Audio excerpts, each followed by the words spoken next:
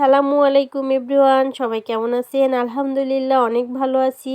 আজকে আমরা কলা খাওয়ার উপকারিতা এবং অপকারিতা সম্পর্কে জানব। চলুন জেনে নিই। কলা খেলে শক্তি বাড়ায়। কলা প্রাকৃতিক চিনি, গ্লুকোজ, সুক্রোজ, ফ্রুক্টোজ ও ফাইবারে ভরপুর, দ্রুত শক্তি দেয়। হজমে সহায়তা করে। কলার ফাইবার কোষ্ঠকাঠিন্য দূর করে এবং হজমে সাহায্য করে। হৃদরোগের ঝুঁকি কমায়। এতে রয়েছে পটাশিয়াম, যা রক্তচাপ নিয়ন্ত্রণে রাখে ও হার্ট ভালো রাখে। মেজাজ ভালো রাখে।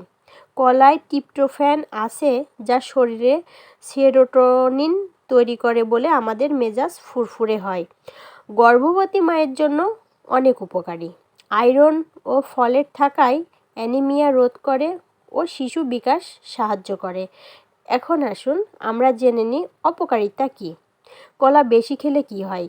ওজন বাড়তে পারে। অতিরিক্ত খেলে ক্যালোরি বেশি হয়ে ওজন বাড়তে পারে। ডায়াবেটিক্স রোগীর জন্য সমস্যা হতে পারে। অতিরিক্ত পাকা কলায় সুগার বেশি, তাই ডায়াবেটিক্স রোগীর সাবধানে খেতে হয়। কিডনির রোগে ক্ষতি হতে পারে।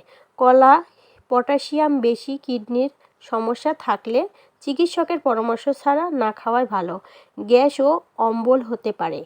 কেউ কেউ খালি পেটে কলা খেলে গ্যাস বা অম্বলের সমস্যা হতে পারে। বাচ্চাদের ক্ষেত্রে কলা খেলে গ্যাস্ট্রিকের প্রবলেম হতে পারে।